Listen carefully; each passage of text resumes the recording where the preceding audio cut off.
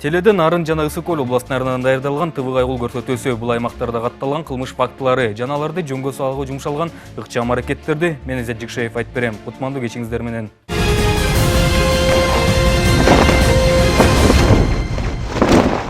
Кезектеги ТВ кайгыл көрсөтүүсү Кочкор районунда аяктап, Чолпон Ата шаарында уланганы туурасында болмокчу. Адаттагы тартип бузган айдоочулар адаттагы жазаларын алышты. Бири номуру жок жүрсө, экинчиси коопсуз курун тагынбай, башкасы болсо документти толуктуруп алып чыкпай ызы-чуу салып жатышты. Бирок баары бир акыры колдоруна убактылуу айдоочулук күбөлүктөрүн кармап кете беришти.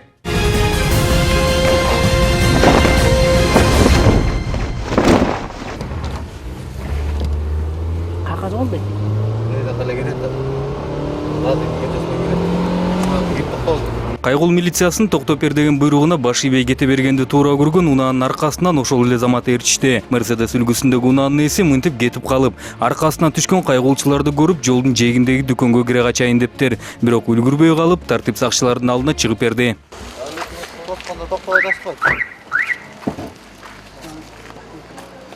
Күнөө эле көпчүлүгүн анан тозо бересиң.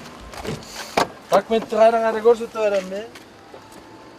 Токтоп коңуз давайте токтоткондо. Астында кичинекей баланы салып кеткен. Тозо.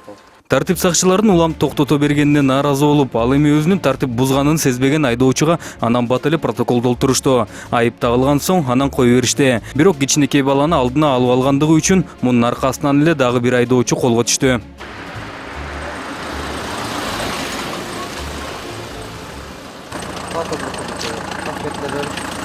Баламın астына отуруп.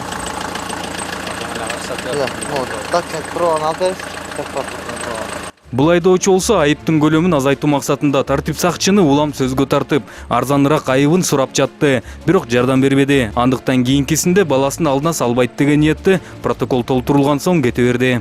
Кийинкиси болсо жолдо баратып телефон менен сүйлөшүп жаткандыгы үчүн токтотулган. Мында да бала эми болор иш болду дедиби, Айтор телефонун катканын ордуна сүйлөшө берди жана ошол бойдон чыгып тартип сакчыга жолуга берди. Я. Патрулдук милициядан. Ой, эмне телефон сүйлөшкөндө дагы эле сүйлөшөбүз. Жо сүйлөшүп элем жаңынан жемет тутканда мен акыл. Кел. Паспорт. Ачканда эмес эле. Паспорт бар беле? Паспорт демеде бир жерде болчу бирөөндө. Жок болот а. Паспорт чем. Ай, бармай.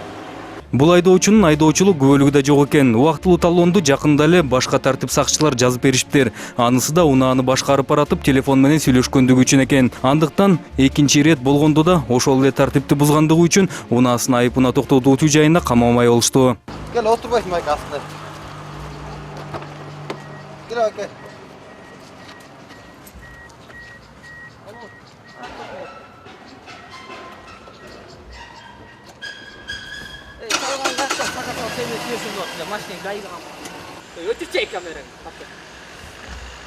Албетте бала мындайды күтпөгөн жаны тартип сакчыларга таарынып кетип калды. Бул жоругуна карабастан унаасы тийиштүү жайга кирип кете берди.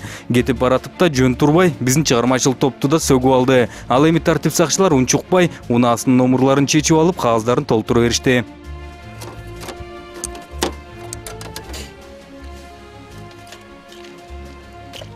Ал гана эмес, бала такси кызматында иштеп, анан мынтип экинчи ирет тартип бузуп колго түшкөнүнө эмнегедир өзүн эмес, тартип сакчыларды күнөөлөп, унаасында бараткан жүргүнчүлөрүн көчөгө түшүрүп, тартип сакчыларга шылтап, силер акчасын төлөп, салуу ийгиле деп, кайра келип мүнөзүн көрсөттү. Ол эми кайта-кайта эле тарта бересиң жанатан бери эле. Сөгүнүп аткан баланы тартам да кайта-кайта. Кайта-кайта тартып атсаң сөгүнөм да. Бир тарт болду да. Үйрөтүп берип койчу. İşime yanında ben işte gittim de öz işi böyle de. Evet oldu evet diyorum salıyla. Ana canım belki bu anlatmıyorsan toz atkan salyum da atkan da palçıkayla toz atkan. Кантса да эрке бала бардык кагаздарга кол коюп берди да, өзү барып жүргүнчүлөрүн таксиге салып ийди. Андан ары үйүнө жөө кете берди. Ал эми кечкисин салыкчылар кайра иштерин баштап, тартип сакчылар менен биргеликте такси кызматкерлеринин патенттери менен салыктарын текшерүүгө алышты.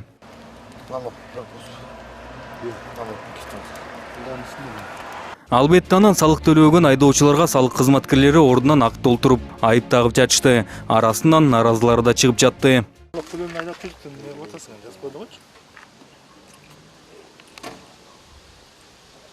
Ремеңерде деле барды. Анысқа салып жүрбөйсүз баксакал. Жаңга салганда бүтті да. Ал дөңгөлөк жатайын деп келе калган мен. Шашы ушу үйдө дөңгөлөк жарылып калды. Салыкчылар муну менен да чектелишкен жок. Кайгул милициясы менен биргеликте автобекетте турган унаа ээлери менен да сүйлөшүп, аларды текшерүүгө алып, профилактика иштерин жүргүзүп жатышты.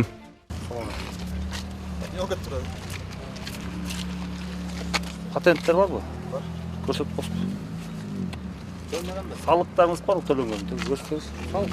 Сентябрга чейин. Көрүп коелу. Патрульдук милиция инспектору санда. Саламатсыз. Автонадан чыкпаспы? Саламатсыз. Патенттериңиз барбы? Патенттерди, налогторду көрбөспү? Жусупбеков, Жолдошбек, Токтобекович, 1971 айдын биринде чейин экен. Төлөнгөн салдыңыз да. Техпаспорт жайсыз. Бары жакшы. Наклейка алдыңыз беле? Наклейка мен. Наклейка алдыңыз беле? Чапчаңыз. Кочкордо турасызбы? Теңдикте. Макул аксакал жакшы иштеңиз, ишиңизге ийгилик. Бул болсо Чолпон Ата шаарында болгон окуя. ТВ Кайгул менен Кайгул милициясынын биргеликте иш алып баруусунун алгачкы эле тартип бузган айдоочусу автобей баштык беренеси менен шектелип токтотушкан.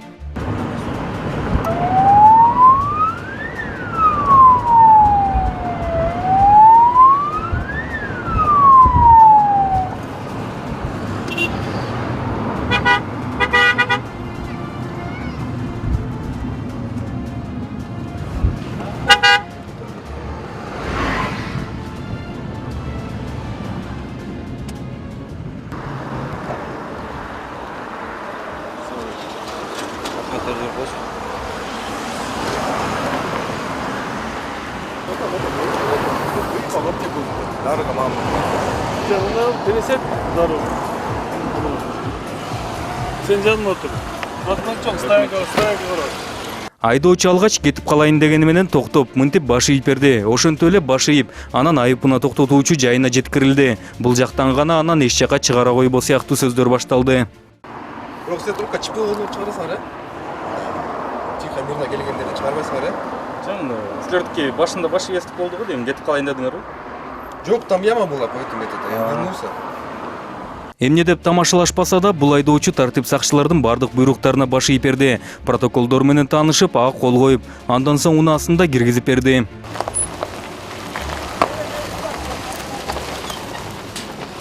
Бул бала болсо аркасында номуру жок жүргөндүгү үчүн Кайгул милициясынын экипажы тарабынан токтотулган. Айдоочу чыга алып эле шылтоосун айтып, үт сүзүп кетип түшүрүп алган имиш. Бирок арты менен кантип үт сүзгөнү жана эмнеге анын унаасы жабыркабай номуру гана түшүп калганы табышмак бойдон кала берди. Сауламаз. Эмеге көчөт. Итти стол түшүп калдымчы? Несике.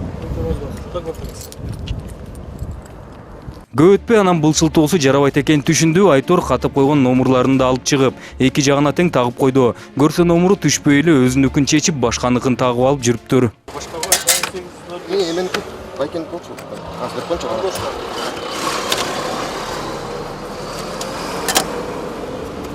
Мынтип өз номурун такканында жардам берген жок. Тартип бузгандыгы үчүн бул унаа айыпына токтотуучу жайына жеткирилмей болду. Жаш бала анан бул жака унаасы кирген соң гана айыптын көлөмүн укканбы Айтор арзанын жазып бергилеши деп суранып жатты. Полностью ремень жазып бериңизчи, елки-палки. Отказался деп деле жазып коем. Блин, пожалуйста, ремень жазып бериңизчи. Анан акчалайчы, мен жумуштурам. На ремень напишите, Все пожалуйста, уже страна. полностью оформлено и камера снята. Полностью, блин. Камераны өчүрдү анда бар. Ременди кантип айтабыз мисалы? Без номер түшүп аткандан кийин. Пожалуйста, пускай, тише. Вы там уберите. Атың ким? Ерлан, уже масштаб берет, республиканың минимум пункты. Сен мо номер мен камера кантип түшөсүң? Подложный номер отаңчы. Мазетбекке можете срезать, что Блин, 5000 снова, представьте, елки, так. Жөн эле жүрбөйт, Только не номерин бар заработать экен. честно. Не, просто это, тише. Они мои номера забрали, говорят, давай на 15-80 поездим, ну что берет твоя мага. Анда балдарыңды төлөтүп койду ошо. Эй, блин, Баке, пожалуйста. Все уже Отказ оформлено. Уже полностью Просто ходишь, камера чыкканда забор. полностью оформлено. Пожалуйста, Баке, я вас Обратка прошу. жок да андай болбойт. Я вас прошу, Баке, блин, 5000 снова, я так не зарабатываю Жок, еще. кол кой. Хотя бы ремень жазып коюңузчу, Жок, уже полностью оформлено, я еще другой челбай оставишь.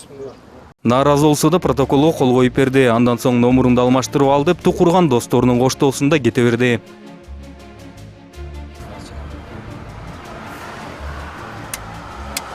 Бул Мерседес үлгүсүндөгү унаанын да аркасында номуру жок экен, жанында айдоочусу да жок экен. Андыктан ээсин таба албай тартип сакчылар алдындагы жалгыз номурун чечип протокол толтуруп беришти.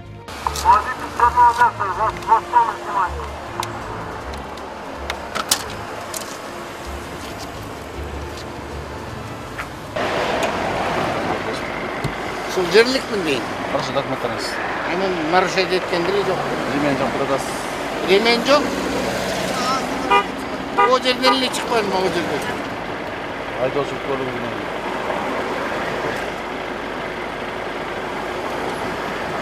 Айдоочулук бөлүгүм эле бар. Эми паспортум бар, үйдө калды.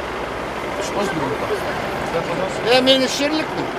Тартип сакчы учурашар менен эле мен чолпон аталыкмын деп жарыялап, баш ийгиси келбеген айдоочу оңой кутулам деп ойлоду көрүнөт. Мунусу жардам бербейт экенин түшүнгөн соң анан коркутуп да көрдү. Так паспортум мына үйдөн алып келейинби азыр? Жок, станцияга киребиз. Я. Станцияга токтойлу. Кимди? Сизге. Берем да мен немең жазып алайын баардыгын сени. Уят эми.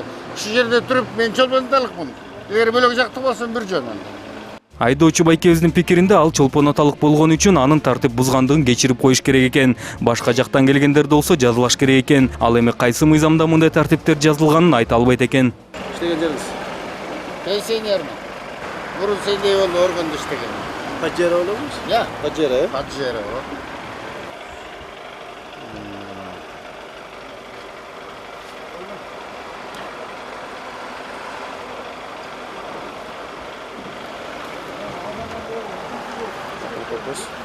Окуйм мен эмне деп жазганын. Жок отур эми янама башта окуйм.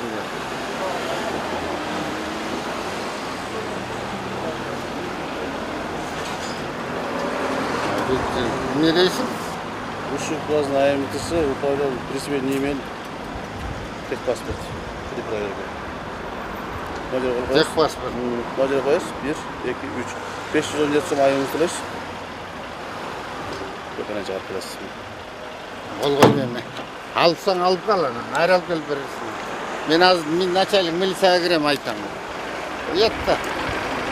Предупреждение берип койсоң эч болбойт. Пака. Ай, отур, жүрү. Айда. Ой, тойга баратабыз, эми настроениени бузбады эми. Сиз кол коюп койбойсуз бара, настроениңиз болбосо. Кол коюп эле койбойсуз. Кол коюп коюңуз, эртең копияны чыгарып келесиз. Техпаспорттун. Биякта поскайны алып аласыз. Айы 550 сом төлөйсүз. Кайсы жерден? Поскай чолпондон аласыз. Ойдура коюз. Атың кимде кай? Аты Мирлан болот. Я, Нурлан?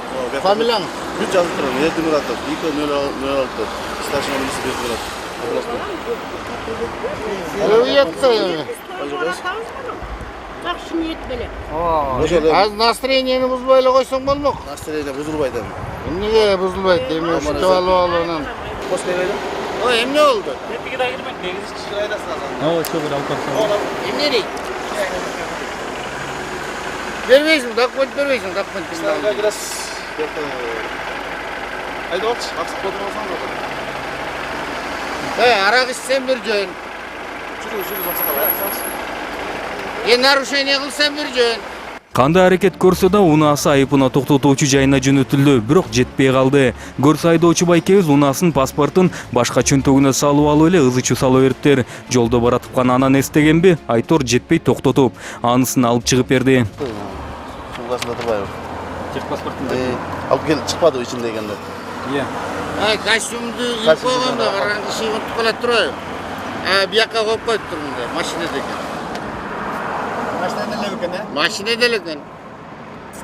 Азыр карап мен жана илдим эле, кайка койдум деп карасам эле машинеде турат. Бирок байкебиз баары бир жазасын алды. Протокол толтурулуп, ага кол койдуруп, убактылуу айдоочулук күбөлүк тапшырып, байкебизди кетип бараткан тоюна жөнөтүп коюшту.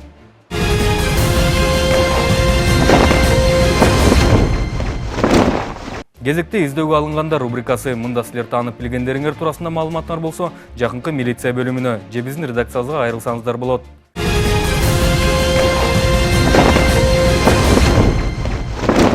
Свердлов райондук ички иштер башкармалыгы 2001-жылы туулган Кабулов Намазбек Кочкорбаевичке издөө салат. Ушул жылдын июль айынан бери үйүнөн чыгып кеткен боюнча дайынсыз. бою 160 см, дене түзүлүшү арык чырай, чачы кара күрөң. Кийген кийимдери ак футболка, джинсы, чолок шым.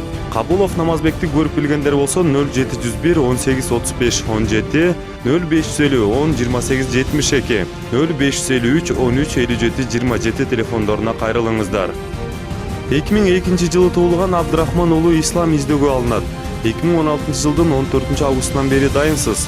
Бою 150-155 см, орто бойлуу. Кийген кийими кызыл футболка, джинсы, чолок шым. Абдрахман уулу Исламды көрүп билгендер болсо 0312 43 28 15, 0701 02 85 20, 0550 10 28 72 телефондоруна чалууңуздарды өтүнөбүз.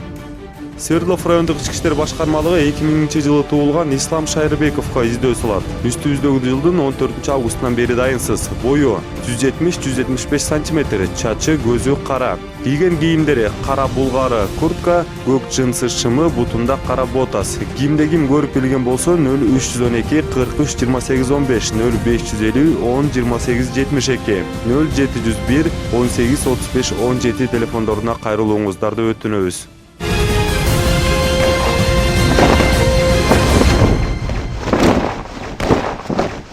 Эсиңерге салсак, ТВ Кайыл программасы менен байланышка чыгып, сизге болгон окуяны тез арада жалпы маалымдаңыз келсе, төмөндөгү телефонго чалып же WhatsApp аркылуу байланышка чыксаңыздар болот. Ал эми биз сиздер менен кайрадан эфир аркылуу көрүшкөнчө саламатта болуңуздар.